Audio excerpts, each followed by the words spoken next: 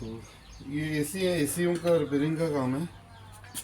सारा A to Z काम करते हैं। AC, fridge, all type fridge, geyser.